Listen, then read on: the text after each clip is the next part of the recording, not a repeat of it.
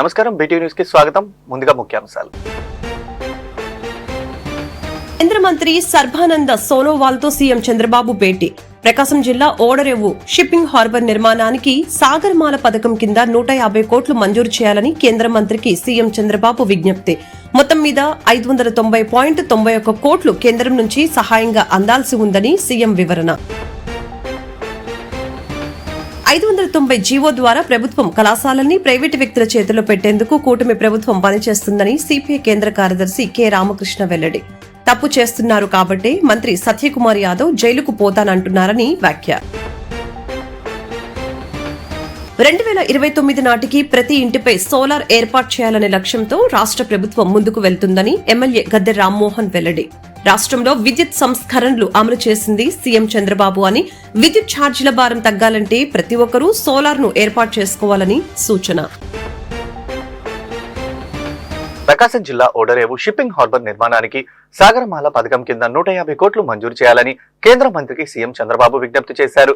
మొత్తం మీద 590.91 కోట్లను కేంద్రం నుంచి సహాయంగా అందించాల్సి ఉందని సీఎం వివరించారు. ఆంధ్రప్రదేశ్ లోని దుగరాజుపట్నంలో national mega ship building, ship repair cluster అభివృద్ధికి సహకరించాలని కేంద్ర పోర్టులు, షిప్పింగ్, జల రవాణా శాఖ మంత్రి సర్బానంద సోనోవాల్ కి సీఎం చంద్రబాబు విజ్ఞప్తి చేశారు. న్యూఢిల్లీ పర్యటనలో భాగంగా సీఎం చంద్రబాబు నాయుడు శుక్రవారం కేంద్ర మంత్రి సర్బానంద సోనోవాల్ తో సమావేశమయ్యారు. ఈ సందర్భంగా రాష్ట్రానికి సంబంధించిన పలు అంశాలను కేంద్ర మంత్రి దృష్టికి ఆయన తీసుకుని వెళ్లారు. దుగరాజుపట్నంలో national mega ship building and ship repair cluster ఏర్పాటు కోసం తాము పూర్తి సన్నద్దంగా ఉన్నామని తెలిపారు. ఈ ప్రాజెక్టు కోసం 3,488 ఎకరాల భూమి సమకూర్చేందుకు అంగీకారం తెలిపారు. ప్రాజెక్టుకి సంబంధించిన టెక్నో ఎకానమిక్ ఫిజిబిలిటీ రిపోర్టు సిద్దమైందని తెలిపారు. నౌక నిర్మాణానికి అనుబంధంగా ఎంఎస్ఎంఈ యూనిట్లు కామన్ ఇన్ఫ్రాస్ట్రక్చర్ తో సమగ్ర క్లస్టర్ గా అభివృద్ధి చేసేలా ప్రణాళికలు సిద్ధం చేస్తామని పేర్కొన్నారు. 590 జీవో ద్వారా ప్రభుత్వం కళాశాలను ప్రైవేటు వ్యక్తుల చేతిలో పెట్టేందుకు కూటమి ప్రభుత్వం పనిచేస్తుందని సిపిఐ కేంద్ర కార్యదర్శి కె రామకృష్ణారెడ్డి వెల్లడించారు. తప్పు చేస్తున్నారు కాబట్టే మంత్రి సత్యకుమార్ యాదవ్ జైలుకు పోతున్నారని వ్యాఖ్యానించారు. ప్రభుత్వం నడపాల్సిన కళాశాలను ప్రభుత్వమే నడపాలని, అలా జరిగే వరకు అన్ని రాజకీయ పార్టీలు, ప్రజా సంఘాలు కలుపుకొని పోరాటం చేస్తామని చెప్పారు. డిసెంబర్ 22న వామపక్ష పార్టీల ఆధ్వర్యంలో నిరసన కార్యక్రమం చేపడుతున్నామని వెల్లడించారు. సిపిఐ కేంద్ర పార్టీ కార్యదర్శి కె రామకృష్ణ ఆధ్వర్యంలో దాసరి భవన్ లో శుక్రవారం మీడియా సమావేశం నిర్వహించడం జరిగింది. ఈ సమావేశంలో ఆయన మాట్లాడుతూ కేంద్ర రాష్ట్ర ప్రభుత్వాలు కార్పొరేట్ సంస్థలకి ఊడిగం చేస్తున్నాయని తెలిపారు. గ్రామీణ ఉపాధి పథకానికి మహాత్మా గాంధీ పేరును తొలగించి వ్యవసాయ కూలీలు, చేతి వృత్తుల వారి జీవనోపాధిని నిర్వీర్యం చేసే దిశగా చర్యలు చేపట్టారని అన్నారు. ప్రభుత్వ నడపవలసిన వైద్య కళాశాలల్ని ప్రైవేటు వ్యక్తులకు అప్పచెప్పి పేదలకు వైద్య విద్యను దూరం చేస్తున్నారని అన్నారు.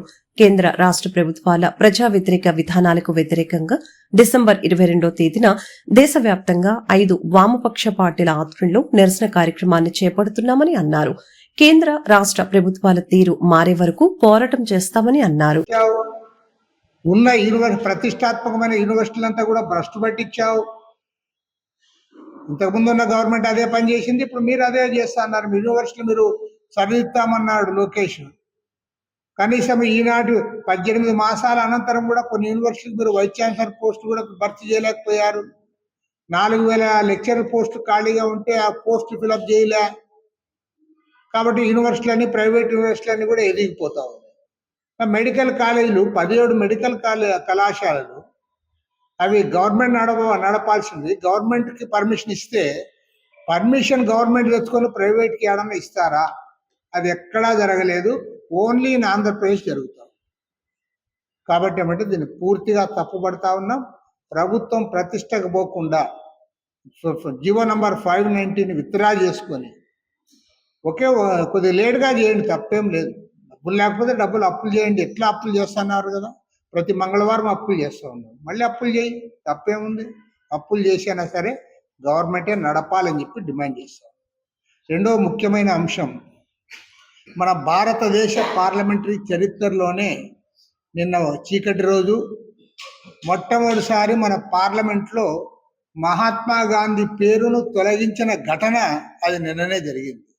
గ్రామీణ ఉపాధి హామీ పథకానికి మహాత్మా గాంధీ గారి పేరుంటే ఆ పేరును కూడా తొలగించారంటే వీళ్ళు ఎంత దుర్మార్గానికి పాల్పడతా ఉందో దీన్ని బట్టి అర్థమవుతాం.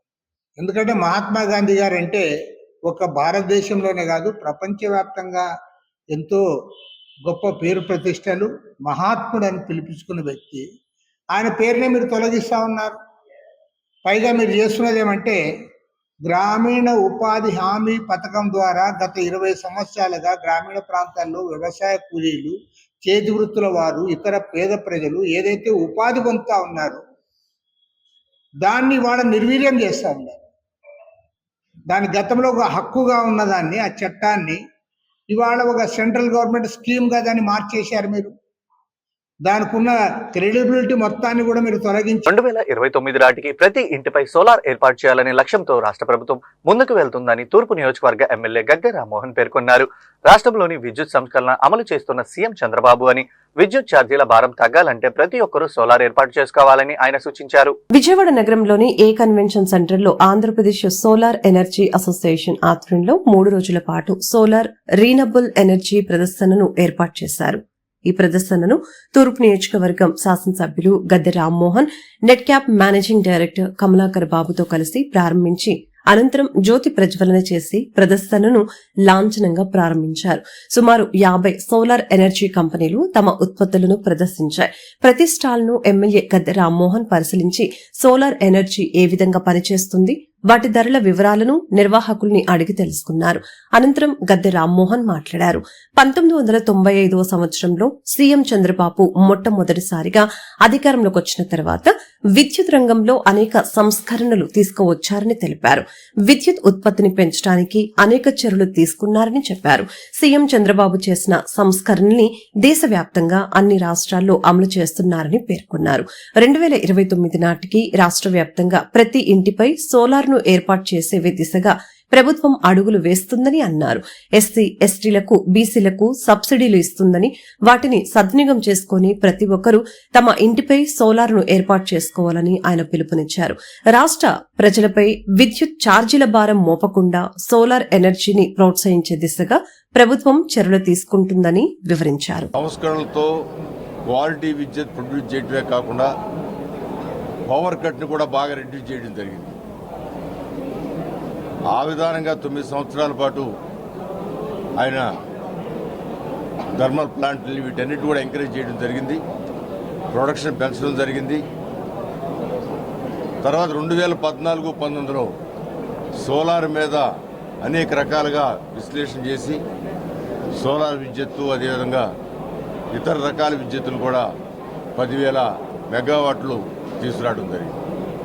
సరే, 2019-24లో ఏమాత్రం ఈ ప్రొడక్షన్లో కొత్తగా వచ్చిందేమీ లేదు. మళ్ళీ 2024-29లో ఈ సోలార్ ప్రతి ఇంటి మీద సోలార్ ప్లాంట్లు ఉండాలి. వాళ్ళ ఇంటికి అవసరమయ్యే విద్యుత్తు సోలార్ ద్వారా తెచ్చుకోవాలి. ప్రభుత్వానికి ₹1 కరెంటు బిల్లు కట్టే పని లేకుండా చేయాలని చెప్పి ఎస్సీ, ఎస్టీలకైతే పూర్తి సబ్సిడీ టోటల్గా దాని మీద అమర్చే ప్రతి ఒక్కటి కూడా ప్రభుత్వం నుంచి ప్యానల్స్ ప్రభుత్వం నుంచి ఏర్పాటు చేసి వాళ్ళకి కరెంటు బిల్లులు బాగా తగ్గించడానికి చేసే ప్రయత్నం కానండి. అదేవిధంగా బీసీలకు కూడా సబ్సిడీ ఇచ్చి, మిగతా అందరికి కూడా ఓసీలకు కూడా కొంతమేరకు సబ్సిడీ ఇచ్చి ప్రతి ఒక్కళ్ళు ఎంకరేజ్ చేయడం జరుగుతుంది. ఈ సంవత్సరన్నర కాలంలో అనేక రకాలుగా వర్క్షాపులు పెట్టడం, అనేక రకాలైన సమావేశాల్లో దీని గురించి చెప్పడం, ఇప్పుడు అందరూ కూడా అవేర్నెస్ రావడమే కాకుండా ప్రతి ఒక్కళ్ళు వచ్చి ఈ సోలార్ ప్లాంట్ మేము కూడా చాలామంది ఇన్సులేటర్స్ అందరూ కూడా వచ్చారు. ఈ యొక్క మరి ఏపీ సోలార్ రెన్యూబుల్ అసోసియేషన్ వాళ్ళు ఇది ముఖ్యంగా ఆర్గనైజ్ చేశారు.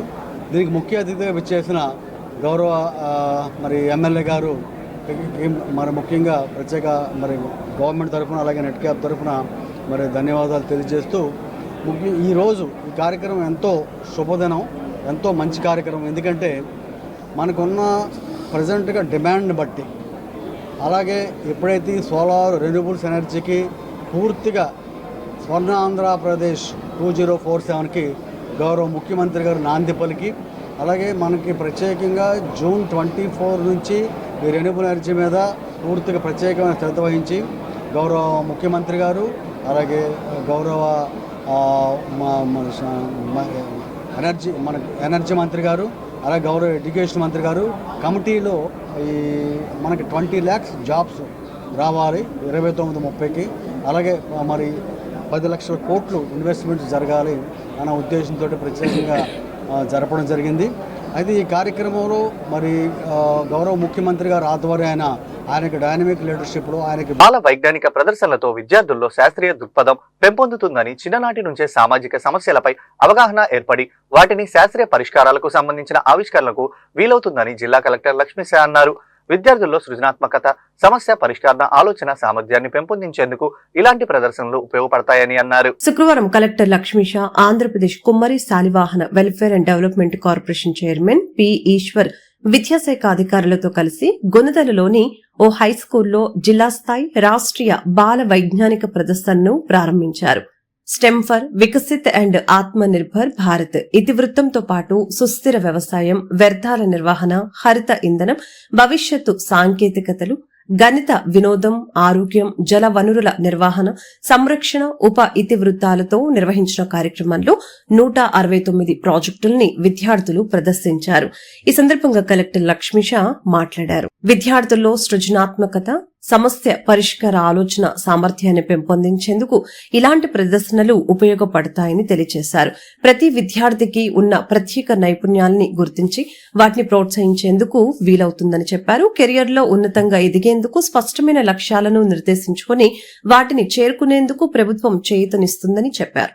ఇందుకు గౌరవ ముఖ్యమంత్రికి, మంత్రివర్యులకు ధన్యవాదాలు తెలియజేస్తున్నట్లు తెలిపారు. డిస్ట్రిక్ట్లో ఉన్న అన్ని స్కూల్స్, మెయిన్లీ ప్రభుత్వ పాఠశాలల నుంచి పిల్లల సైంటిఫిక్ టెంపర్ని ఉత్తేజనపరచడానికి, అట్లాగే వాళ్ళలో ఒక మోటివేషన్ తీసుకురావడానికి మండల్ లెవెల్లో, అలాగే డిస్ట్రిక్ట్ లెవెల్లో, నెక్స్ట్ ఫాలోడ్ బై స్టేట్ లెవెల్లో ఈ సైన్స్ ఎగ్జిబిషన్, సైన్స్ ఫేర్ని కండక్ట్ చేయడం జరుగుతుంది. దీంట్లో భాగంగా ఎన్టీఆర్ జిల్లాలో ఈరోజు దాదాపుగా 160 స్కూల్స్ నుంచి పిల్లలు వివిధ రకాల సైన్స్ ప్రాజెక్ట్స్ని చేసుకొచ్చారో అవన్నీ మనం రియల్ టైము, అలాగే ఏదైతే సమస్యలు ఉన్నాయో దానికి పరిష్కారం కనుగొనడానికి పిల్లలు ఎంత చక్కగా ఆలోచిస్తున్నారు, అన్ని ఆవిష్కారాలని వాళ్ళు ఒక ప్రాక్టికల్గా ఎక్స్ప్లెయిన్ చేయగలుగుతున్నారు. సో అది చాలా ఇంపార్టెంట్. అంటే వాళ్ళు స్కూల్ లెవెల్లోనే ఒక పెద్ద పెద్ద సమస్యలకి మంచి సొల్యూషన్ కనుక్కుంటున్నారు, దానికి ఇన్నోవేట్ చేస్తున్నారు అంటే సో అది ఒక మంచి పరిణామం. దీనివల్ల వాళ్ళు రానున్న రోజుల్లో మంచి సైంటిస్ట్ అవ్వడానికి, మంచి మంచి ఆవిష్కారాలు చేసి మన ఈ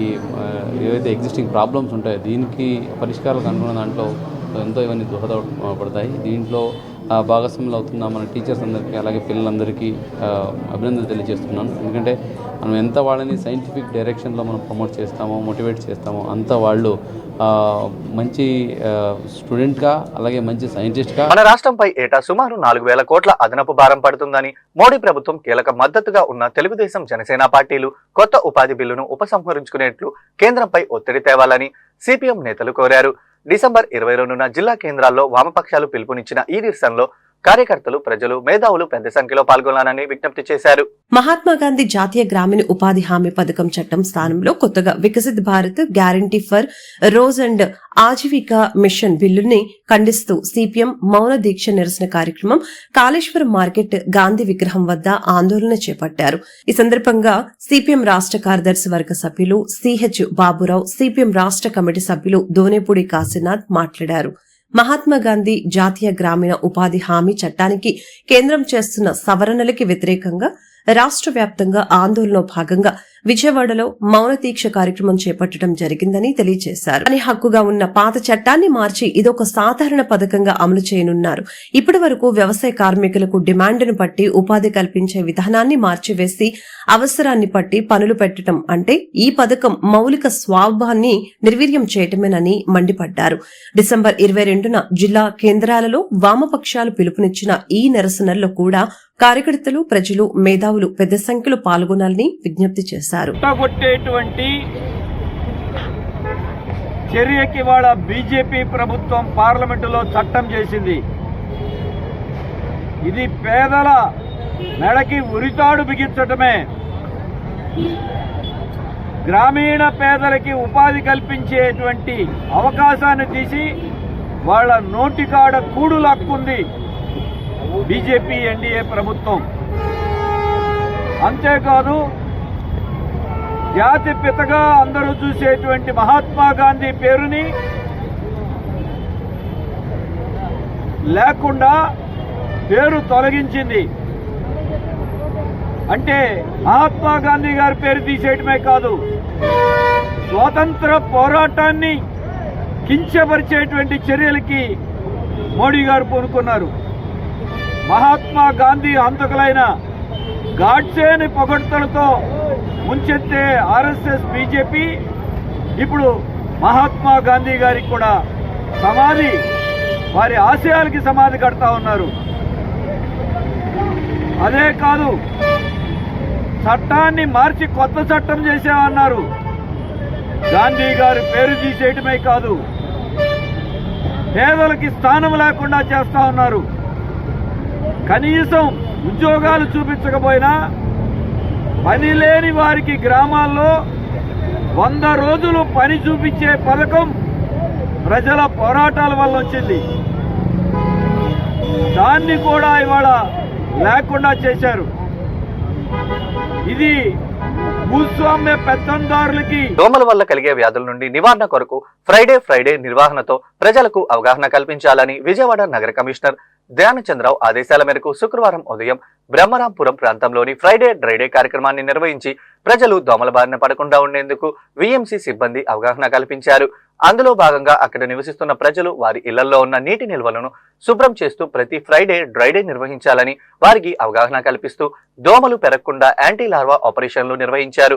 మన ఇంటి పరిసరాల్లో నీటి నిల్వలు లేకుండా జాగ్రత్త వహించాలని అన్నారు. కూలర్లు, ఫ్లవర్ వాజులు, పూల కుండీల్లో నీటిని తరచుగా మార్చాలని అన్నారు. తాగి వదిలేసిన కొబ్బరి బొండాల్లో, పాత టైర్లలో, ఖాళీ డబ్బాలో నీరు నిల్వ ఉండకుండా చూసుకోవాలని అన్నారు. ఇంటి కిటికీలు, తలుపులు, దోమతెరలు వాడడం ద్వారా దోమకాటు నుండి రక్షణ పొందవచ్చని అవగాహన కల్పించారు.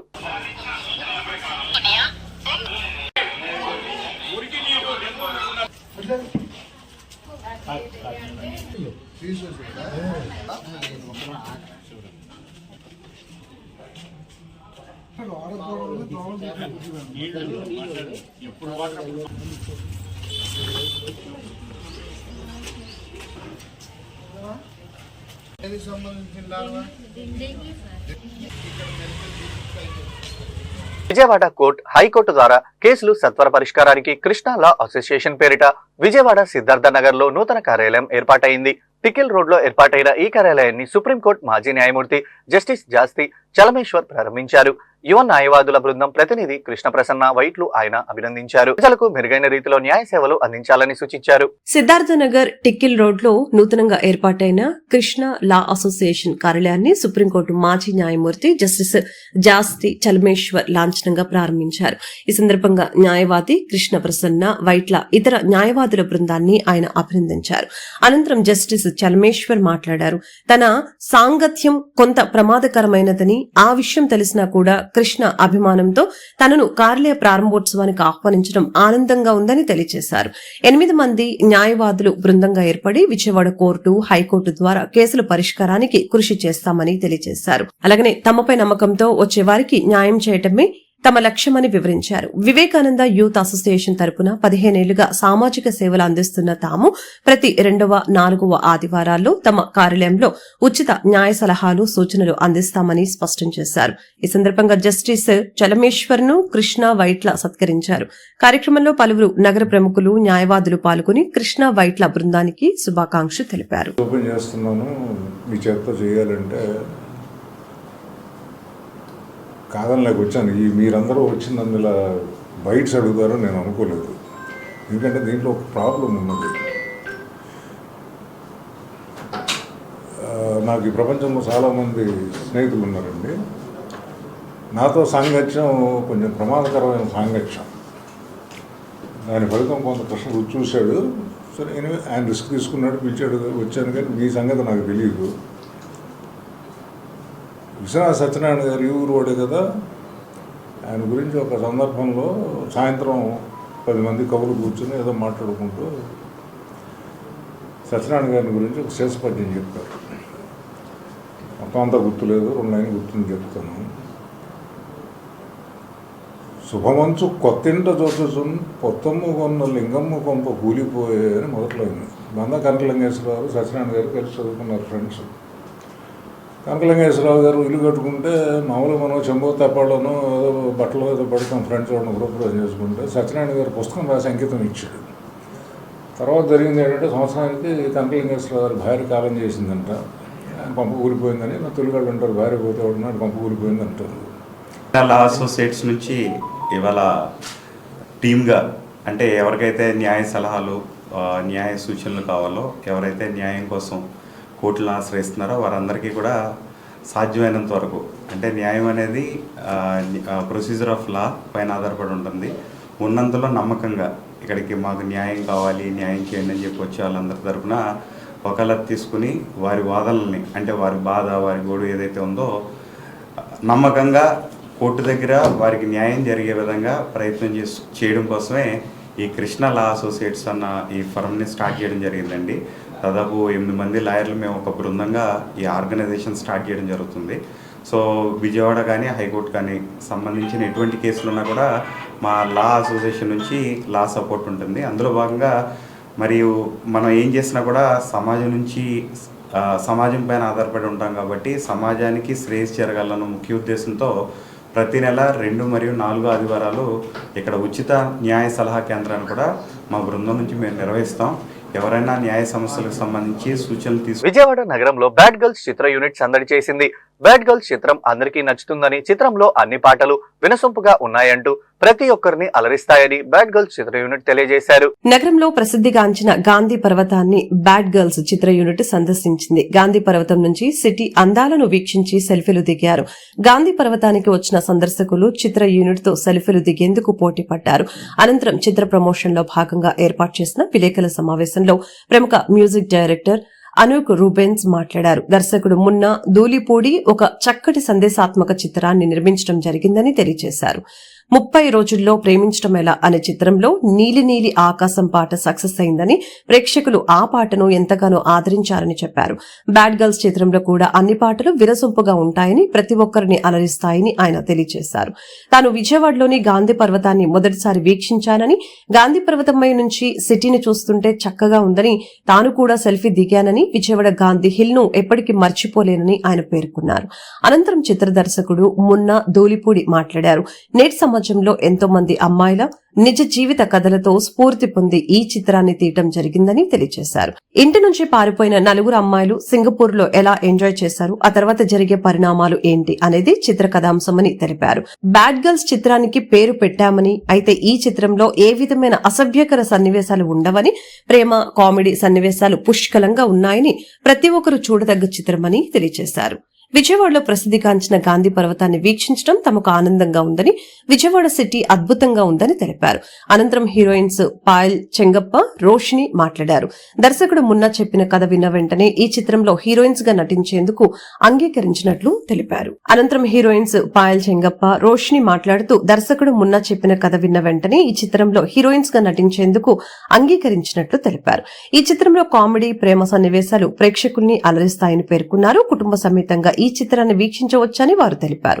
డిసెంబర్ 25వ తేదీన తమ చిత్రం ప్రేక్షకుల ముందుకి రానుందని, అఖిలాంధ్ర ప్రేక్షకులు చిత్రాన్ని వీక్షించి విజయవంతం చేయాలని కోరారు.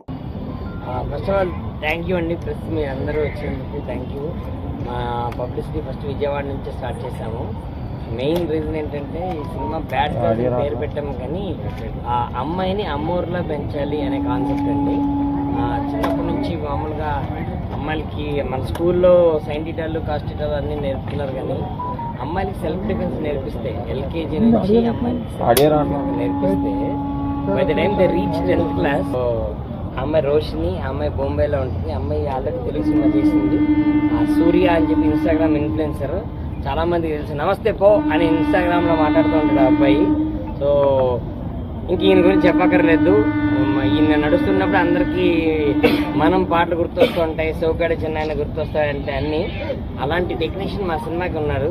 అండ్ రేణు దేశాయ్ గారు మా సినిమాలో యాక్ట్ చేశారు. అంటే ఒక సినిమా ఎందుకు చూడాలి అంటే దాని మా వెనకాల చంద్రబోస్ గారు ఉన్నారు, అనూప్ రూబెన్స్ లాంటి టెక్నీషియన్ ఉన్నారు. రేణు దేశాయ్ గారు ఏ సినిమాలు ఎక్కువ చేయరు, అలాంటిది రేణు దేశాయ్ గారు మా సినిమాలో చేశారు.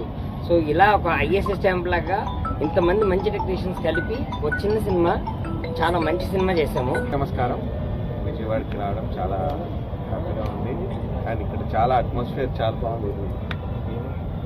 గాంధీ హిల్స్ అసలు ఫస్ట్ టైం రావడం చాలా చాలా బాగుంది. హైదరాబాద్ లో జూబ్లీస్ గాంధీ హిల్స్ అంత బాగుంది. ఇప్పుడు రాలేదు, చాలా బాగుంది. అండ్ సో లైక్ ఆఫ్టర్ 30 రోజులు ప్రేమించడం ఎలా పబ్లిసిటీకి వచ్చామో ఫిలిం చాలా మంచి హిట్ చేశారు. అండ్ ఈ ఫిలిం కూడా బ్యాడ్ గర్ల్స్ అనే టైటిల్, బ్యాడ్ అనే పదం ఉంది తప్ప ఫిలిం ఇట్స్ వెరీ గుడ్. చాలా బాగా చేశారు and it has a very good meaning in it. And first of all thanks audience అందరికీ. మంచి నీలి నీలి ఆకాశం తర్వాత ఇలా చూసుకుంటాను అనే సాంగ్కి మంచి రెస్పాన్స్ వస్తుంది. అండ్ చాలామంది ఈ సాంగ్ని లైక్ చేస్తున్నారు, షేర్ చేస్తున్నారు. సో మరొకసారి మ్యూజిక్ లవర్స్ అందరికీ థ్యాంక్స్. అండ్ ఈ సినిమాని కూడా మీరు 25th రిలీజ్ అవబోతుంది. సో మంచి మంచి కొత్త వాళ్ళే కానీ చాలా మంచి టాలెంటెడ్ ఆర్టిస్ట్ అండి. లైక్ పాయలే కానీ, రోషిని, లైక్ సూర్య అండ్ మోహిన్, వీళ్ళందరూ కూడా డెఫినెట్గా మిమ్మల్ని అందరినీ ఎంటర్టైన్ చేస్తారు with lot of emotion, lot of entertain. It's a very good film. నేను అంటే మా ఫిలిం కాబట్టి గుడ్ అని చెప్పడం కాదు, బట్ ముందే సారీ చెప్తా, నాకు తెలుగు అంత పూర్తిగా రాదు, బట్ ఇప్పుడే నేర్చుకుంటున్నాను. ఇది నా first Telugu movie. Sir narrate చేసినప్పుడు నాకు ఏమనిపించింది అంటే ఈ మూవీలో ఒక స్టోరీలో చాలామంది అమ్మాయిలకు ఆ ఫియర్, షైనెస్ అన్నీ ఉంటాయి. సో చాలా సిచ్యువేషన్ని ఫేస్ చేయలేకపోతారు. సో ఒక కరేజ్ అని ఉంటే, ఫ్యామిలీ సపోర్ట్ అని ఉంటే మనం ఎన్ని సిచ్యువేషన్ కూడా హ్యాండిల్ చేయొచ్చు అని ఒక కాన్సెప్ట్లో మూవీ చేద్దాం. అండ్ ఒక మెసేజ్ ఉంది, self defence. So sir like sir self defence, we learn so many things from our childhood, but if we learn self defence, it will be a lot of useful, like the crime will be reduced, whatever girls are facing. So it's a beautiful message, and definitely you all have to watch and support us. This December 25th please మీరు చూసి మనకి support చేయాలి, మాకు support చేయాలి. రాష్ట్ర విభజన అనంతరం మన రాష్ట్రానికి కేంద్రం ఇవ్వాల్సిన కొండంత అయితే ఇచ్చింది, కోరంత మాత్రమే అని కాంగ్రెస్ పార్టీ సీనియర్ నేత తులసిరెడ్డి స్పష్టం చేశారు. బీజేపీ 11 సంవత్సరాల పాలనలో రాష్ట్రానికి ఇచ్చింది 1500 కోట్లు మాత్రమే అని వెల్లడించారు. రాష్ట్ర పాలకులు మోడీ పక్షమా, ప్రజల పక్షమా అని ప్రశ్నించారు. విభజన హామీల కోసం సాధన సమితి పోరాటం చేస్తుందని చెప్పారు. ప్రత్యేక హోదా విభజన హామీల సాధన సమితి ఆధ్వర్యంలో గాంధీనగర్ ప్రెస్ క్లబ్ లో మీడియా సమావేశం నిర్వహించడం జరిగింది. ఈ కార్యక్రమంలో సాధన సమితి అధ్యక్షులు చలసాని శ్రీనివాస్, కాంగ్రెస్ పార్టీ సీనియర్ నేత తులసిరెడ్డి, సిపిఎం రాష్ట్ర కార్యవర్గ సభ్యులు సిహెచ్ బాబురావు, సిపిఐ ఎన్టీఆర్ జిల్లా కార్యదర్శి దోనేపూడి శంకర్ తదితరులు పాల్గొన్నారు. ఈ సమావేశంలో వారు మాట్లాడుతూ రాష్ట్రంలో కూటమి ప్రభుత్వ పాలన బీజేపీ కనుసన్నల్లో జరుగుతుందని తెలిపారు. అంబానీలకు, ఆదానీలకు దేశ సంపదను దోచిపెడుతున్నాయని తెలిపారు. 11 సంవత్సరాల కేంద్ర ప్రభుత్వ పాలనలో మన రాష్ట్రానికి ఇచ్చింది 1500 కోట్లు మాత్రమేనని అన్నారు. రాష్ట్ర భవిష్యత్తు కోసం, రాష్ట్ర ప్రయోజనాల కోసం, విభజన హామీల సాధన కోసం కేంద్రంపై ఒత్తిడి తీసుకువచ్చే విధంగా పోరాటం చేస్తామని అన్నారు. ప్రత్యేక హోదా సాధన సమితి నేత, సిపిఐ నేత దోనేపూడి శంకర్ గారు, సిపిఎం రాష్ట్ర కార్యవర్గ సభ్యులు బాబురావు గారు, ఆంధ్ర ఇంటలెక్చువల్ ఫోరం ఉపాధ్యక్షులు ఏవి రావు గారు, సాధన సమితి సహాయ కార్యదర్శి నరసింహరావు గారు, శివరావు గారు అందరూ కూడా హాజరైనందుకు ధన్యవాదాలు తెలుపుతూ, ఇవాళ పెట్టిన ముఖ్య ఉద్దేశం మీరు చూసే ఉంటారు. అక్కడ ఈ రాష్ట్రంలో ప్రత్యేక హోదా విభజన హామీలు అమలు చేస్తే, ప్రత్యేక హోదా విభజన హామీలు అమలు చేస్తే 10 లక్షల మంది, కనీసం 10 లక్షల మంది యువత ఆత్మ గౌరవంతో సగర్వంగా తమ ఊళ్ళల్లోనే పారిశ్రామికవేత్తలుగా మారి తమకు, తమ కుటుంబానికి, తమ ఊళ్ళకి, తర్వాత రాష్ట్రానికి, దేశానికి కూడా గొప్ప పేరు తీసుకొచ్చి సంపద సృష్టించే అవకాశం ఉంటే, రాష్ట్ర విభజన నేపథ్యంలో కేంద్ర ప్రభుత్వము నవ్యాంధ్రకు ఇవ్వాల్సింది కొండంత. కానీ ఈ 11.5 సంవత్సరాల్లో ఇచ్చింది ఘోరంత. రాష్ట్ర విభజన సందర్భంగా అన్ని విధాల అభివృద్ధి చెందినటువంటి హైదరాబాద్ నగరం తెలంగాణ రాష్ట్రానికి పోయింది కాబట్టి ఆ మేరకు నవ్యాంధ్రకు న్యాయం చేసేటందుకు ఆ రోజు మన్మోహన్ సింగ్ గారి నాయకత్వంలో ప్రధానమంత్రిగా యూపీఏ ప్రభుత్వం నవ్యాంధ్రకు ప్రధానంగా 3 వరాలు ఇచ్చింది. 1 ప్రత్యేక హోదా, 2 బుందేల్ఖండ్ తరహా ప్రత్యేక ప్యాకేజీ, 3వది విభజన చట్టంలో 108 సెక్షన్లు 13 షెడ్యూళ్ల కింద దాదాపు 5 లక్షల కోట్ల రూపాయలు విలువ చేసే ప్రయోజనాలు కేంద్రము రాష్ట్రానికి అందించడం, ఈ 3 వరాలు ఇచ్చింది. ఈ 3 వరాలు అమలై ఉంటే ఈ పార్టీకి నవ్యాంధ్ర స్వర్ణాంధ్ర అయింది. కానీ కేంద్రంలోని అంబానీకి కార్పొరేట్లకి కట్టబెడతా ఉన్నారు. నౌకాశ్రయాలు, పోర్టులు అయిపోయినాయి, విమానాశ్రయాలు అయిపోయినాయి, సిమెంట్ రంగాన్ని కబళించారు. ఇప్పుడు విద్యుత్ రంగాన్ని బొగ్గు మొదలుకొని సోలార్ ఎనర్జీ వరకు, స్మార్ట్ మీటర్లు మొదలుకొని రవాణా కాంట్రాక్టుల దాకా మొత్తాన్ని విద్యుత్ రంగాన్ని కబళించి అదానీని రాష్ట్రంలోనే కాదు స్మార్ట్ మీటర్ల రూపంలో, సోలార్ రూపంలో రాష్ట్రంలో ఉన్న ప్రతి ఇంటిలోనూ అదానీని కూటమి ప్రభుత్వం ప్రవేశపెడతా ఉంది.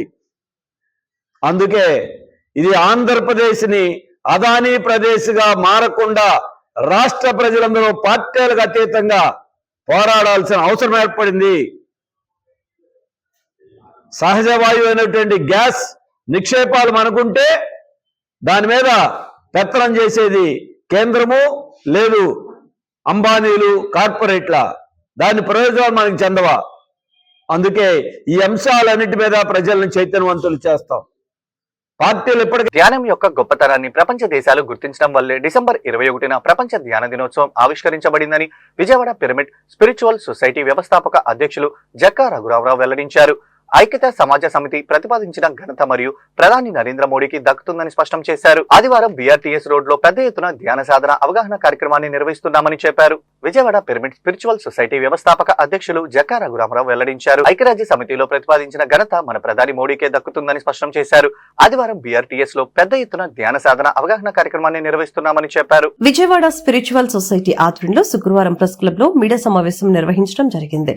ఈ సమావేశంలో సొసైటీ వ్యవస్థాపక అధ్యక్షులు జక్కా రాఘవరావు, జిల్లా ప్రెసిడెంట్ కొవ్వూరి చెన్నకేశవరావు, సెక్రటరీ వాణి తదితరులు పాల్గొని మాట్లాడారు.